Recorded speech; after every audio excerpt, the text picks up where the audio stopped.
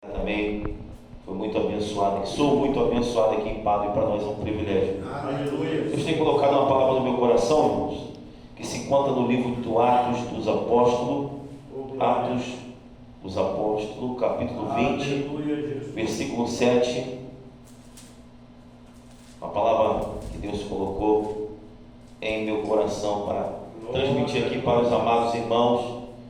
Livro de Atos, o primeiro livro do Novo Testamento é Mateus, o segundo é Marcos, o terceiro é Lucas, o quarto é João e o quinto é Atos dos Apóstolos.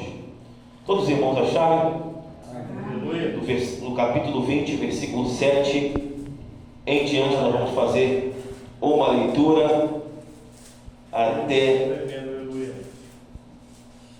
o versículo 13, até o versículo 12. Amém? E no primeiro dia da semana ajuntou-se os discípulos para partir o pão, e que havia de partir no dia seguinte, e falava com eles e alargou a prática até a meia-noite, e houve muitas luzes no cenáculo onde estavam juntos. E estando um certo mancebo por nome Eutico, assentado numa janela, caiu do terceiro andar, e tomado de sono profundo, que lhe sobreveio durante o extenso discurso de Paulo, e foi levado morto. Paulo, porém, descendo, inclinou-se sobre ele e abraçando, disse: não vos perturbeis, que a sua alma nele está. E subindo e partindo o pão, comendo ainda, lhe falou largamente até a alvorada. E assim partiu, e levaram vivo o mancebo, e ficaram não pouco consolados. Pode tomar um assento, irmão, em nome de Jesus. Amados irmãos, nós vamos falar sobre o apóstolo Paulo. O apóstolo Paulo, ele era um homem um apóstolo que ele viajava e ele abria igrejas. E nesse capítulo aqui de Atos nos conta a história que Paulo ele vai numa cidade chamada Troade. Troade fica na Turquia. E Troade tem uma curiosidade muito de Troade, porque Troade está relacionada a Troia, fica próximo daquela região de Troia. Aqui tem uma história, né, que os gregos eles conquistaram a cidade de Troia e construíram cavalos, né? E dentro daqueles cavalos eles colocaram presentes, né? Um cavalo gigante, e colocaram soldados ali escondidos. E Troia ele perde a guerra porque recebeu aqueles presentes de grego, né?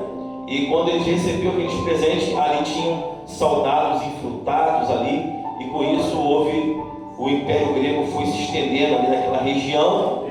E Paulo, por sinal, passa ali por Troade, e havia uma igreja ali também em Troade nesse período.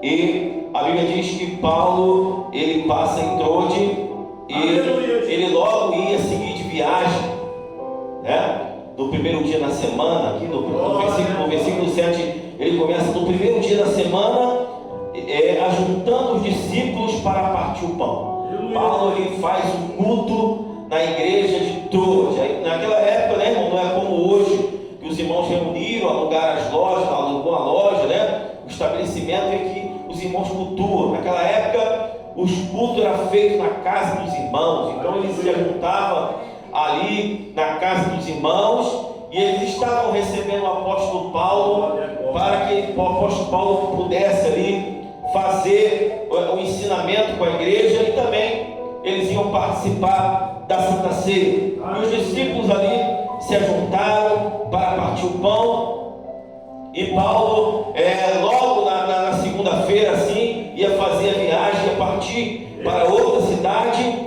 E a Bíblia diz que Paulo ele começa a pregar a palavra, começa a ensinar o povo, e o texto nos mostra que o culto ele vai se alongar até a prática da meia-noite. A Bíblia diz que o extenso discurso de Paulo começa a ministrar a palavra com eles, e Paulo alarga a prática de ministrar ministrar a palavra até meia-noite. Isso me chamou muita atenção. Deus tremendo. Isso me chamou muita atenção, porque hoje a prática da palavra, não aqui, mas em muitos lugares, tem sido abandonada. O povo já não tem mais esse costume de querer ouvir a palavra. Muitos estão preocupados com CPF, estão preocupados com revelação, estão preocupados com adivinhação, mas não se preocupam com a palavra. E Paulo, ele ensinando a igreja de Troade, os irmãos ficam ali atento e grande, extensa prática da palavra, da ministração da palavra. E no versículo 8, irmão, já nos conta também que havia muitas luzes, né, no cenáculo, onde ele estava ministrando, havia muitas luzes. E cenáculo é lugar de alimentação, né? Acostumava na cidade, naquela época, o cenáculo ser no terceiro, no segundo andar. Então eles subiam ali, era um lugar para se fazer a refeição. E lugar de fazer refeição é lugar de mesa, né? Todo lugar de refeição é lugar de mesa. Mesa, e quando a gente aponta para a mesa, aponta para a comunhão, né? Porque nós vamos ver que aqui no versículo 7, que eles iam fazer o partir do pão. E naquela época a ceia agora é diferente do dia de hoje. Naquela época a ceia era chamada festa do ágape. A ceia daquela época era diferente. Os irmãos, cada um dos irmãos se reunia e levava alimentos. Se reunia no cenáculo, levava vários alimentos, e ali cada um se confraternizava, e logo depois da confraternização iniciava a Santa Ceia. Era assim como a prática que Jesus fez também. Na última Santa Ceia, Jesus fez essa prática. Os discípulos se reuniram na casa, né? E ali eles cearam. Ceia é a última, ceia significa a última refeição. Que Jesus fez com os discípulos. E depois ele saudava os cálices, né? O cálice da comunhão. Ele saudava o cálice da libertação. Ele saudava o cálice da libertação, o cálice da redenção, o cálice da comunhão, o cálice da santificação. E por final Jesus, ele levanta o cálice e fala: este é o cálice, a nova aliança do meu sangue, que será derramada por vós para a remissão de pecado. Ou seja, Jesus estava levantando o quinto cálice, que é o cálice da vitória da igreja. A igreja ia ser vitoriosa com a morte do Cordeiro Pascual. E assim era a Santa Ceia hoje, né, irmão? A gente ministra a Santa Ceia rápido, né? Até muito rápido, mas naquela época era diferente. Paulo, ele se alongava, irmão. Eu Santa Ceia, eu também não gosto de ministrar Santa Ceia rápido, não. Eu gosto de ser tem que ser uma coisa bem pensada, porque nós temos que refletir. E Paulo ali, a igreja primitiva do Senhor se reunindo na cidade de Troade, com muitas luzes, né? Eu aprendo que aonde o Senhor está, tem que ter fartura de iluminação, porque Deus é luz, Jesus é luz, Ele é a luz do mundo. E o ponto aí principal desses capítulos, desses versículos que nós vamos falar, é que no versículo 9 estava um certo mancebo. Olha só, olha a curiosidade. Eles estavam reunidos na cidade de Troade. Esse é o primeiro ponto. Paulo ensinando a igreja a palavra. Eles estavam reunidos na festa do ágape. Ágape significa o amor de Deus em grego, né? Existe o amor ágape, que é o amor de Deus à humanidade, que está lá em João, quando João diz: porque Deus amou o mundo de tal maneira que deu seu Filho unigênito para todo aquele que nele crê não pereça, mas tenha vida eterna. Esse é o amor ágape, é o amor de Deus para o homem. Existe o amor eros, que é o homem de um homem para uma mulher, ou de uma mulher para um homem, é o amor da paixão, é o amor do prazer. Existe o amor filhos, que é o amor de um pai para o filho, de um filho para o pai. E existe o amor fraternal, que é o amor da amizade, quando nós amamos também nossos irmãos. Aleluia, Jesus.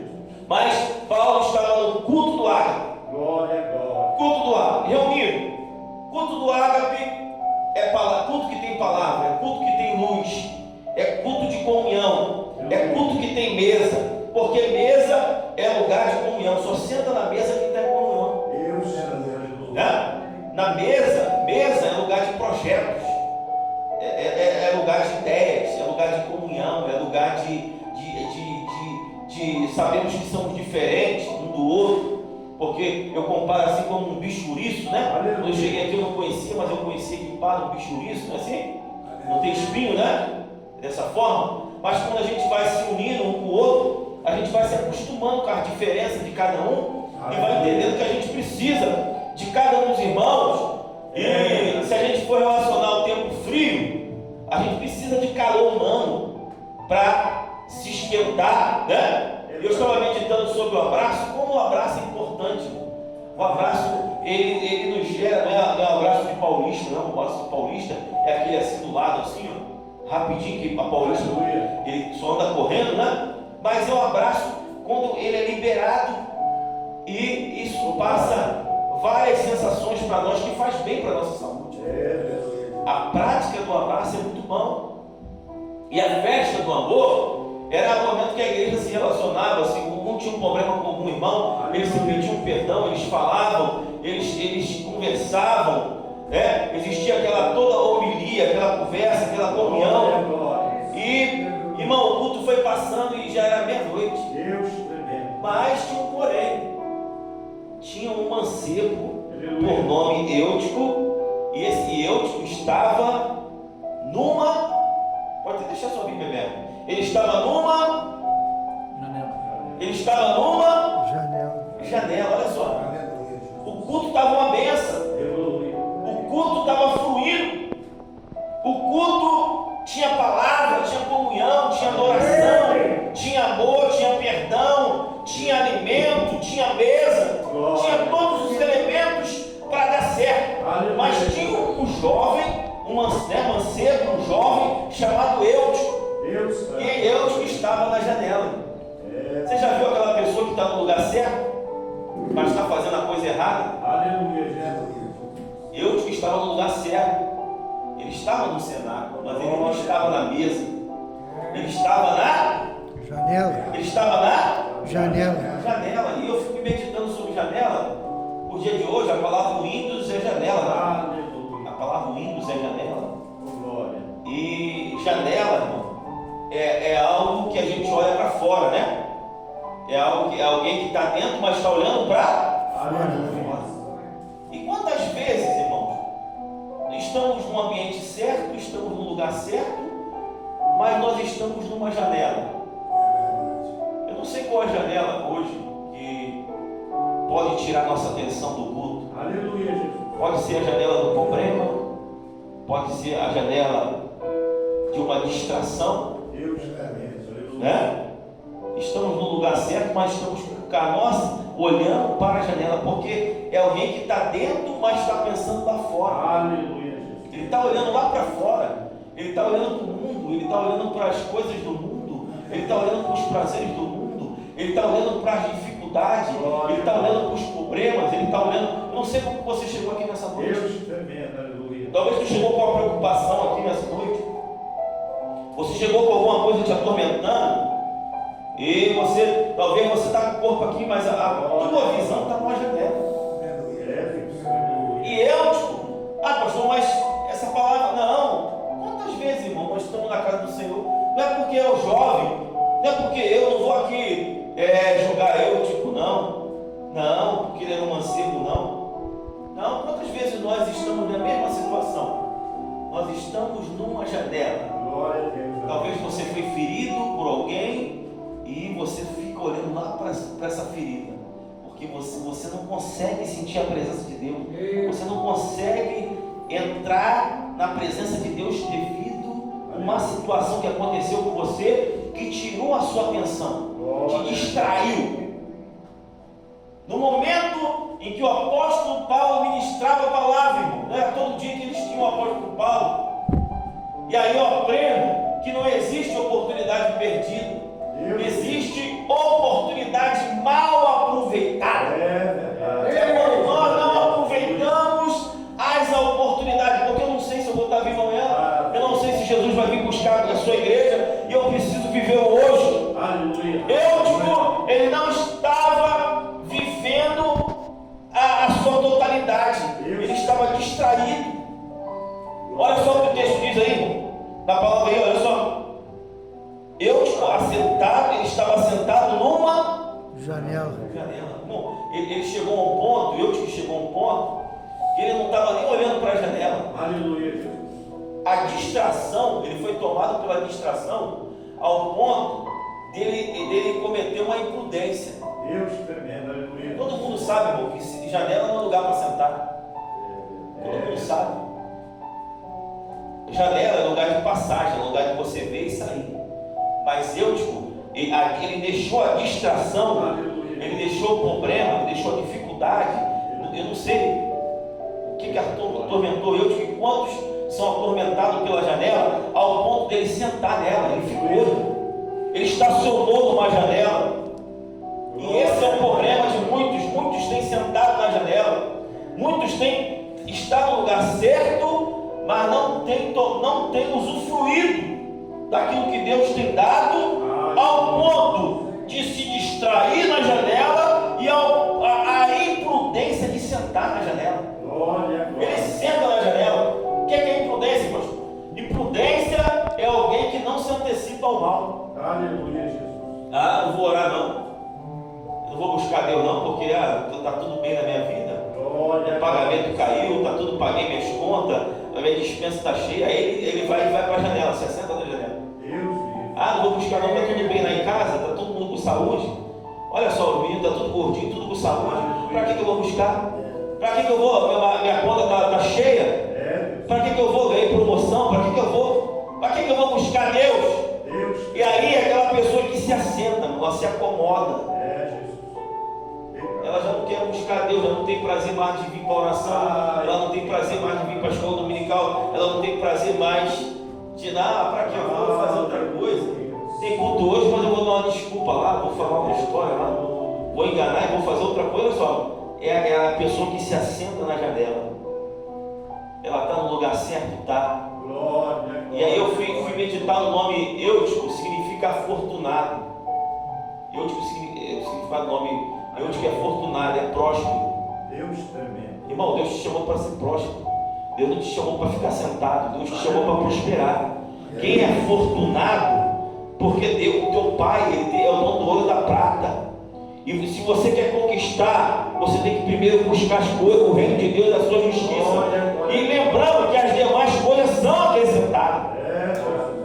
Qual é a característica do próspero? É alguém que busca Deus. É alguém que a sua confiança não está nas coisas da terra. Porque as coisas da terra são passageiras, mas as coisas de Deus são eternas. Aleluia. É Deus que supre. Sabe o que é próspero? Próspero é a ausência de necessidade. Ausência. O que é ser próspero? É ser ausente de necessidade. Todo dia vai surgir uma necessidade, Deus vai prosperar. Todo momento Deus vai suprir.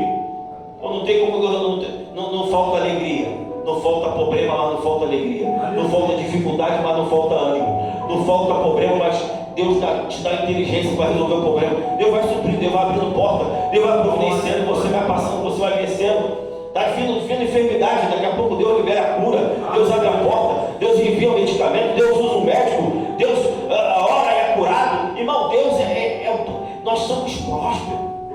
Aleluia. Está lá, ó. O que o salmo, o que a oração do Pai Nosso fala? Aleluia. O que a oração do Pai Nosso fala? O pão nosso de cada dia, o pão nosso de cada. Irmão, Deus ele tem compromisso com hoje, contigo. Amanhã ele vai prover também, é todo dia. Não é? Às vezes nós estamos posicionando a nossa fé lá no futuro. A pessoa está desesperada, com ansiedade, sofrendo, porque a fé dela está lá no futuro. Tem pessoa que está com a fé lá no passado, se paralisou o presente, porque a fé ficou no passado. Aí vem aquela depressão, vem aquela tristeza. Tem pessoa que está vivendo que é tudo na hora dela, aí está estressada. Nós precisamos depositar nossa fé no Senhor. Aleluia. É por isso que o apóstolo Paulo fala, né? Ele olhando para o soldado, ele preso, olhando para o soldado romano, e ele vê aquelas armaduras dos soldados romanos, e ele fala, ele começa a escrever lá na prisão para os Efésios.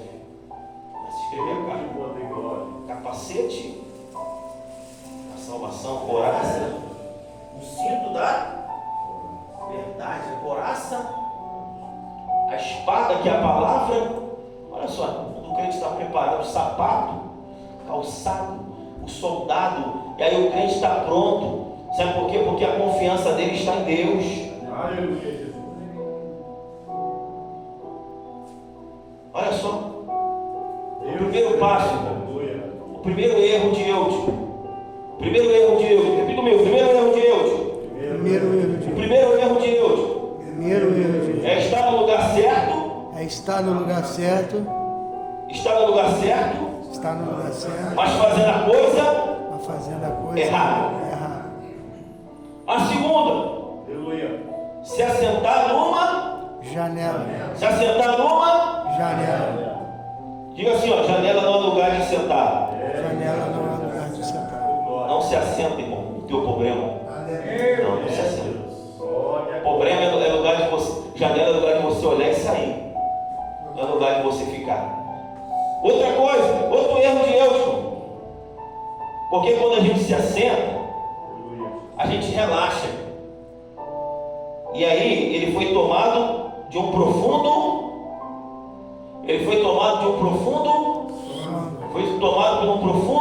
Sono. Olha só. Tem muita gente que está dormindo, irmão. É literal isso, pastor? Não, não é literal não. Isso é espiritual. Sono espiritual. Há muitos que estão pela distração, pela imprudência, ocasionou pela imprudência. Por que imprudência? Porque ele achou que o culto ia terminar rápido. Vai dar tempo de eu dar uma cochiladinha aqui, porque vai acabar. Mas só que o Paulo estendeu, foi até meia-noite. E meia-noite, irmão, meia-noite na Bíblia, meia-noite é momento de decisão. Meia-noite é momento de decisão. Deus tomou a decisão dele na meia-noite. Se você olhar na Bíblia, lá de Gênesis, Apocalipse, Deus vem tomando decisão na meia-noite. Meia-noite não é para ninguém ficar despreparado. Meia-noite não é lugar. À meia-noite ouviu-se um grito. Aí veio não é assim? Cuidado com meia-noite. Cuidado. A meia-noite é uma hora que nós temos que estar percebido, temos que estar preparado. Na hora que chegou meia-noite, a Eutico estava onde? Aleluia, Jesus. No sono. Aleluia, Jesus. No profundo. E sono é um problema sério. Sono é um problema sério. Porque a pessoa ela fica devido à imprudência, ela fica maleável, ela fica sujeita a qualquer situação. E a Bíblia diz, olha só na sua Bíblia aí, ó, aleluia, que houve um sono profundo que lhe sobreveio durante o extenso discurso de Paulo, e foi levado morto. Olha só, ele foi levado morto. Toda ação gera uma reação. Toda ação. Tudo que eu penso, eu falo. E tudo que eu faço, eu executo. Isso é a ciência do ser humano. Tudo que eu falo, tudo que eu penso, eu falo. E o que eu faço, eu executo. E com as minhas ações, vai haver uma reação. Aquele jovem, ele cai do terceiro andar, né? Parece que é um prédio, não é? Isso é um prédio aqui? Tem três andar? E Eutico cai. Aleluia. Eutico cai. Cai do culto. O culto está uma bênção. Que culto? Como eu queria estar nesse culto, né, irmão? Ouvi um extenso discurso de Paulo. Né? Glória. Eu lembro que na minha época de bem jovem, o pastor Antônio Gilberto, já falecido, ele dava um estudo ali na CPE de Cordovil. Eu pegava um trem, ia lá só para ouvir aquele estudo daquele pastor, ficava ali ouvindo, né? E às vezes até me dava até sono, eu lembro, né? Ele ficava aqui, mas eu queria ouvir aquele pastor. pastor, ensinando a palavra, e eu, tipo, cai. Cai do culto. O culto está uma bênção. Que culto? Como eu queria estar nesse culto, né, irmão? Ouvi um extenso discurso de Paulo. Né? ele estava no lugar certo, Aleluia. mas imprudentemente cai. E aquele jovem, ele sofre a queda, irmão. Sofre uma queda. Deus tremendo. E foi levantado morto. A Bíblia diz que ele morre. Ele foi levantado morto. E eu fui estudar sobre morte. Glória. Quando uma pessoa morre, o cérebro dela ainda fica funcionando por 10 minutos. Eu fui estudar isso. Quando a pessoa morre, ela fica ainda funcionando. O cérebro ainda fica funcionando. E eu caio. E poderia naquele momento acabar com o culto, né? Você já pensou, irmão? Deus. Culto uma benção. É por isso que a gente tem que vigiar. Por isso que na igreja tem diácono, né? Os obreiros têm que vigiar quando tiver uma criança, né? Alguém fazendo uma coisa indevida, tem que ser chamado a atenção para ele ir para o lugar dele, né? A pessoa ir para o lugar dele, mas nesse culto aí não houve isso. Ninguém ali tinha um obreiro para tirar aquele jovem, né? E veio, mas Paulo, irmão, não se estressa não, né? Paulo, mesmo ainda tendo um temperamento colérico, que Paulo, quando a gente estuda sobre Paulo, a gente aprende que ele é colérico. Colérico fala o que pensa, às vezes, né? Colérico é uma pessoa que não deixa para falar para depois, ele gosta de chamar atenção, mandar, né? Tem essa cara, não como ruim, mas uma característica. As pessoas que lideram, a maioria das vezes, são coléricos na forma de ser, porque precisa, né? Alguém, né? Cutucar, né? Motivar alguém. E Paulo não. Olha só, interessante que o versículo 10, Paulo, ele não é controlado pelas suas emoções. Deus tremendo. Mesmo ministrando, e é triste quando um pregador prega e as pessoas estão ouvindo, né? Às vezes a gente fica triste. Mas Paulo não deixou a emoção bater no coração dele, não. Aleluia. Perturbar o coração dele. A Bíblia diz que ele, olha só o versículo 10. Paulo, porém, descendo. Repita comigo. Paulo, porém, Descendo. Paulo, porém, Descendo. descendo. Eu aprendo, irmão, que nós temos que aprender a descer. Quando acontece um problema, pode acontecer, porque o que é problema? Todo crescimento gera problema. Né? Os irmãos estão aqui, começa a crescer, aí enche de criança, enche de adolescente, né? Começa a encher de irmã aqui, vai gerar o quê? Vai gerar o quê na igreja? Vai gerar problema. Vai precisar de uma irmã para tomar conta, vai precisar de um irmão para tomar conta. Né? Às vezes o irmão está uma benção, né? Está cultuando, mas se encher, mano, o negócio fica complicado. As crianças querem beber água toda hora, né? Começa a gerar medo. Como que eu vou conter as crianças? Como que eu vou fazer, né? E por isso que nós temos que se preparar. Para quando o Senhor enviar, a gente está preparado. Né? Está preparado para fazer a obra. E Paulo, e quando Deus chega a essa situação, nós temos que descer. Aleluia. Descer. O obreiro tem que aprender a descer. Ué, mas era o apóstolo Paulo, mas ele desceu. A Bíblia diz que ele vai lá, pega o corpo lá, resolve. Não. Ele foi lá e desceu. Tem muitos que não querem descer. Tem muitos que não querem descer. E quando eu aprendo que ministério não é subir, é descer. Né? Quando eu vejo um obreiro ser consagrado, ele fala, hoje eu subo um degrau. Você desceu um degrau. Você desceu, você não subiu um degrau. Jesus, lá quando ele foi fazer a refeição, o que ele fez? Nós estudamos na escola dominical. Ele lavou os pés de quem? Os discípulos. Por que ele lavou? Porque não tinha, porque a tradição era alguém lavar. A tradição, quando chegava uma visita, tinha que lavar o pé do visitante, tinha que mandar as crianças, as mulheres, ou os empregados lavar, que era costume da época. Mas ele viu que ninguém lavou. O que ele fez? Ele cinge o vestido, né? Cingir o vestido é pegar e amarrar o vestido aqui, ó. Bota um cinto, bota uma toalha aqui no ombro, pega um balde e começa a lavar o pé do discípulo. Ele agora começa a servir. Paulo tem a mesma característica de Jesus. Ele vai descer, ele vai lá no jovem. Descer, olha só. Aí, ó, Bíblia, isso é bíblico, versículo 10, ó. Porém, descendo. Porém, Paulo. Repita comigo, porém, Paulo. Descendo.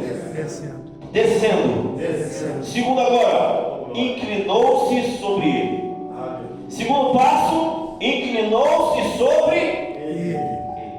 Quantas vezes, meu irmão, nós não queremos descer e nós não queremos se inclinar? Aleluia. Não. Nós queremos julgar. O jovem cometeu um erro ali, vamos julgar ele. Vamos aplicar punição eterna para ele. Aleluia. E aí passa anos e anos punindo aquela pessoa pelo erro que ela cometeu. Que é isso, irmão? Paulo, a Bíblia ensina que nós temos que amar. Nós não temos que julgar. Não fui chamado para julgar ninguém. A pessoa errou, ela recebe o perdão e esquece. Paulo desce, inclina-se sobre ele. Paulo não julgou ele. Não, deixa ele morto, o problema é dele. Oh, glória. O problema dele, ele está desligado no culto, mata ele, deixa ele morrer. Não, Paulo inclina-se. Deus quer. E Paulo não julga aquele jovem, não. Paulo ele abraça. Aleluia. Está vendo? O que Paulo faz? O que Paulo faz? Aí, irmão, é Bíblia. Eu estou pregando. Estou pregando na Bíblia. Se vou pregar no versículo, não vou sair da Bíblia, não. O que Paulo faz? Abraça. O que Paulo faz? Abraça. Você já deu um abraço pro teu filho? Aleluia. Talvez teu filho, poxa, está fazendo coisa errada, você já deu um abraço nele? Glória, Você glória. já se inclinou? Talvez teu jovem, teu filho sofreu uma queda. Aleluia. Estava na presença de Deus, sofreu uma queda. Mas Deus nessa noite manda tu ir lá e dar um abraço nele. Oh, glória. Você desce. Filho, vamos fazer uma caminhada? Vamos andar contigo? Vamos lá. Eu Aleluia. preciso descer. Eu vou largar, né? Às vezes a gente tem que largar, irmão, o título de pastor. Fala assim, agora eu sou pai. Deus quer. Aí eu pego minhas filhas e falo, agora eu sou seu pai. Não, esquece que eu sou pastor. Vem cá. Vamos conversar, minha filha, né? Vem cá, deixa eu te dar um abraço. Não quer abraço, né? É diferente a geração de hoje, mas vem aqui, deixa o papai dar um abraço. Vamos lá, minha filha. Vamos lá, vamos caminhar, vamos se erguer, né? Abraço, sabe que abraço passa calor. Aleluia. Eu falei, né, irmão, que o abraço, os irmãos pesquisam sobre o abraço que eu estou falando. Glória. É várias substâncias que o cérebro precisa e vem através do abraço. Aleluia. Ah, pastor, mas eu não vai receber um abraço do meu pai. Mas não faz igual a ele. Faz diferente. Se ele não abraçou você, abraça o seu filho. Glória, glória. Aquilo que você não recebeu, dá para ele. Ah, pastor, mas eu não tenho filho. Abraça um jovem. Abraça um jovem, abraça alguém. Né? Adote um filho espiritual na fé para você abraçar. Está aí, irmão. São atitudes que Paulo teve e que nós temos que imitar esses homens, irmão, Aleluia. que obtiveram sucesso. Olha só, Paulo ele abraça Aleluia. e o disse: não vos perturbeis. Não vos perturbeis. Sabe por que Paulo falou isso? Não vos perturbeis? Porque na hora do problema tem muita gente que fica perturbada. Tem muita pessoa que libera a palavra negativa. Aleluia. Irmão, tem pessoa que você liga o telefone para ela e você fala uma vitória para ela vem com 5 problemas. Aí você fala, não fala isso mais não. Para de falar, para de falar. Vamos consertar isso não, vai dar tudo certo. Aleluia. Paulo ele começou a repreender as perturbações, as palavras. Sabe por quê, irmão? Nós temos que vigiar com nossas palavras. Glória, glória. Para de pronunciar palavra negativa na tua casa, irmão. Não, para, não vai dar certo, para com isso. Para com isso, irmão, vai dar tudo certo. Vai acontecer. Deus vai ministrar o milagre, vai dar tudo certo. Não vai acontecer nada de ruim. Né? Tem pessoas que são esquizofrênicas porque foram criadas por pessoas que só falavam, liberaram a palavra negativa para ela. Ela vê mal em tudo. Atingiu até o psicológico da pessoa, de tanta palavra negativa que ela ouviu, ela ficou esquizofrênica. Irmão, pesquisa sobre isso. Irmão, nós temos que saber que a palavra tem poder. Glória a Deus. Tem poder sim. Porque o nosso Deus nosso Deus é Deus de palavra. Ele nos deu a autoridade também de ministrar. Porque eu falo, receba a bênção, receba a cura. A pessoa vai receber. Nós temos que ter cuidado da nossa palavra. Eu não deixo, irmão, toda vez que eu ouço uma palavra negativa, eu repreendo. Não, vai dar certo sim. Vai dar certo sim. Não tem cura, tem sim. Deus tem a última palavra. Deus não falou ainda. Quando Deus falar, aí não. Quando ele fala, não. Ele não liberou a última palavra. Ah, mas não vai dar certo. Faz que vai dar certo. Deus é contigo. Vai nessa tua fé, vai nessa tua força. Deus prosperar, Deus vai te ajudar. Vai, caminha, anda, persegue, vai, persevera, não desiste. Ah, vai, caminha, meu filho, levanta. Paulo falou: não vos perturbei, não vos perturbei. Não vos perturbei. Por isso que Paulo falou: não vos perturbei. Ele abraça o menino e fala: não vos perturbei. Eu não sei quem te perturbou, talvez está te perturbando, falando coisa negativa para você, mas não deixe essa palavra entrar no coração. Não vos perturbeis, que a sua alma nele está. Olha só, ele Paulo, a sua alma nele. Irmão, eu te estava morto. Tem muita gente que está morta espiritualmente. Aleluia. Mas só que tem alma. Repita comigo: mas tem? Mas tem? Ah, pastor, o bairro está perdido. Está nada. Pode estar morto, mas tem alma. Pode estar morto, mas tem alma. Deus está preocupado com a alma. Deus quer salvar a alma. A alma ainda estava no menino. Eu não falei que demora 10 minutos? A alma ainda estava no menino. O corpo estava todo desfalecido. O corpo estava todo quebrado, os ossos todos quebrados, pastor. Talvez ele não ia sair daquela. Todo quebrado. O menino já está morto, ele já era. Quebrou o pescoço, quebrou o braço, quebrou a perna, quebrou o fêmur. Todo quebrado, não tem jeito. Mas o que tinha nele? Tinha alma, tinha um psique. Tinha um psique ali. E Paulo, ele vai abraçar. Ele vai abraçar. E a Bíblia diz, irmão, que aquela atitude de Paulo, aquelas atitudes de Paulo, de se inclinar, de descer, de se inclinar, de abraçar, de acalmar o povo, a Bíblia diz que ele sobe vivo, irmão. Olha só no versículo 11: e subindo e partindo o pão, comendo ainda, lhe falou largamente até a alvorada, e assim partiu, e levaram vivo o mancebo, e ficaram não poucos consolados. Irmão, talvez tu quer que o anjo desce aqui, roda, vem o varão do fogo rodar na tua frente. Tu está esperando muita coisa. Não. Sabe como que Deus vai operar na tua vida? Quando você tomar atitude. Quando você fizer o que você tem que ser feito, você faz. Porque, irmão, nós temos que fazer aquilo que nós podemos fazer, nós temos que fazer. Agora, que aquilo que nós não podemos fazer, é Deus que faz. Tem muita gente que não ganha vitória porque está esperando o anjo descer, marcar um X, aí mandar descer do céu. Não, irmão. A vitória não é assim, não. A vitória vem através de atitude, de luta, acordar cedo, caminhar, perseverar, orar. Tem oração 5 horas, eu estou lá, tem oração 7 horas, eu estou lá, quarta-feira eu estou lá, estou buscando, eu vou no médico, eu vou ali, vou resolver, vou juntar aqui, vou guardar aqui, vou fazer ali, vou fazer a minha parte. Paulo fez a parte dele. Qual é a minha parte? Eu vou fazer a minha parte. Quem faz o milagre é Deus. Você está esperando que o apóstolo, não sei quem lá, não vai arrumar nada, ele vai te enganar. Ele vai te enganar, irmão. Você não vai arrumar nada. A minha vitória não vem do homem, vem de Deus. A tua vitória não vem do homem, vem de Deus, irmão. Agora basta você fazer a tua parte. Paulo fez a parte dele. Paulo não se preocupou, não, irmão. Não. Ele ora pelo menino, abraça o menino, se inclina e sobe. E pega, vamos lá, vamos partir o pão agora. Vamos ministrar a Santa Ceia.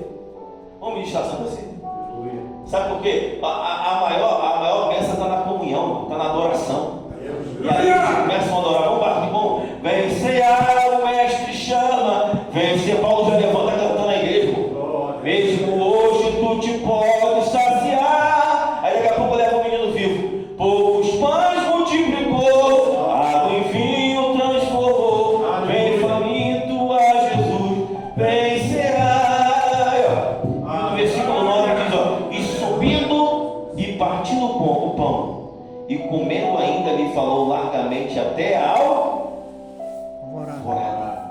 E assim partiu. E levaram vivo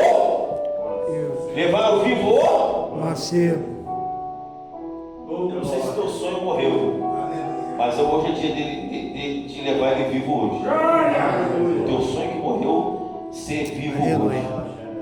Talvez o teu ministério que você achou que morreu, mas Deus ressuscitar o teu ministério. Talvez a tua saúde morreu, Deus levantar a tua saúde hoje, física, a tua saúde emocional, a tua saúde espiritual, ser ressuscitada hoje. Sabe por quê? Porque o Deus de Paulo é o mesmo hoje, ontem e eternamente. E que você possa receber essa palavra. Palavra não é só para ser ouvida, palavra é para ser praticada. Eu peguei aquela palavra e vou fazer. Hoje eu vou mudar minha atitude. Por isso que vem a palavra arrependimento. O que é arrependimento? Exortação leva a gente a se arrepender. O que é exortação? Exortação é a palavra que faz a gente pensar. Hoje é a palavra de exortação. A exortação não é agredir, não. É ofender os irmãos, não. Não. Exortação é uma palavra que te faz você pensar, analisar. Eu vou analisar a palavra e vou mudar o meu pensamento. Aí se vem a palavra arrependimento, eu vou mudar, hoje eu vou mudar.